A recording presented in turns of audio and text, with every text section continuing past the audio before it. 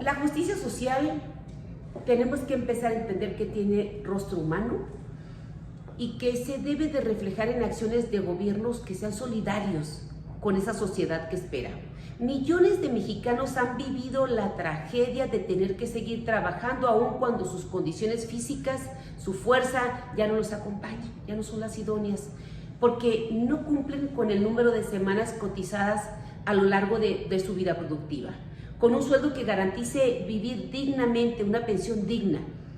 La confirmación de que este gobierno federal se ha dispuesto a acabar con ese rezago que teníamos, injusto, por cierto, eso lo único que nos indica es que hay disposición para trabajar por esa población en rezago.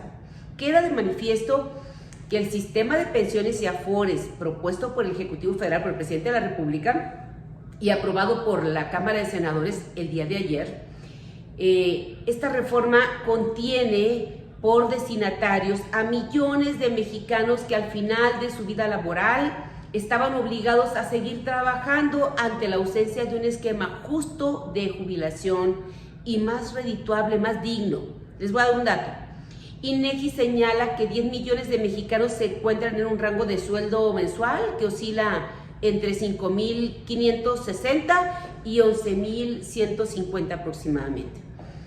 Este núcleo de población económicamente activo es el que se va a beneficiar en este panorama. Este va a ser.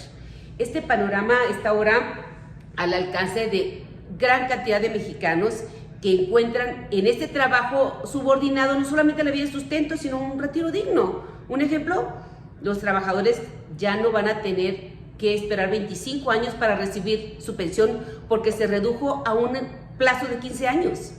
Pronto vamos a poder hacer la reflexión de hay que trabajar para vivir, no vivir para trabajar. Falta mucho por hacer, nos falta muchísimo, pero otro ejemplo, los trabajadores de menos ingresos que recibían el 30% como pensión de su salario, hoy van a recibir el 68%. La justicia social no se puede confinar al discurso, se tiene que trasladar a la vida cotidiana, al día a día para que se haga realidad en reivindicarnos con esa población.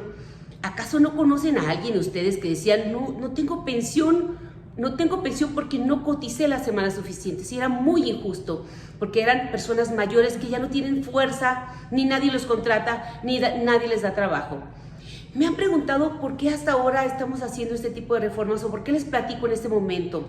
Debo decirles que había muchos en el pasado, en mi pasado, que había legisladores que proponían este tipo de reformas, pero no transitaban. Por alguna razón no transitaban, se archivaban, se congelaban, y ahora me da mucho gusto que este gobierno sí esté permitiendo más libertad en el legislativo y estar pensando en esa población que tanto esperó esto. Qué lástima que muchos se fueron esperando, pero todavía hay una población enorme de adultos mayores que van a ser beneficiados con esa reforma. Y las generaciones que vienen también. Muchísimas gracias, espero les sirva la información. Hasta luego, los voy a seguir informando.